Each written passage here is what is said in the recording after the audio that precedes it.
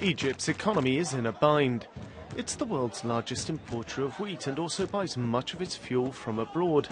But with foreign currency reserves low, it's having to negotiate with the IMF for a $4.8 billion loan. Other parties may see agreement with the IMF as a signal for them to lend, or better still invest, their own money in the country. The idea is that the IMF would come in and give a green light to open the way for perhaps $15 billion worth of funding to come into the Egyptian economy over the next 2 to 3 years.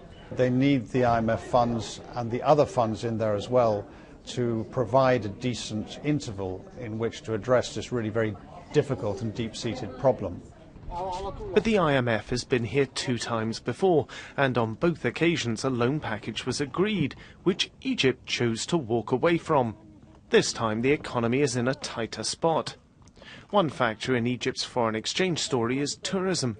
It brings in large amounts of currency and is an important source of employment. While trips to Sinai resorts like Sharm el-Sheikh are solid, visits to historic sites via Cairo are down. Returning to pre-revolution levels is the job of people like Umayya al-Hassini of the Egyptian State Tourism Office. It's been down by something like maybe 20-something%, compared to our peak year, which was 2010. We have restored, some of this percentage, but we are aiming that this year we have to bring it up to its previous level. So far the way we're going, we have more than a 10% plus actually for the first 2 months of this year compared to last year. If we go on actually with that rate, I think we're going to do the 25% increase one more time.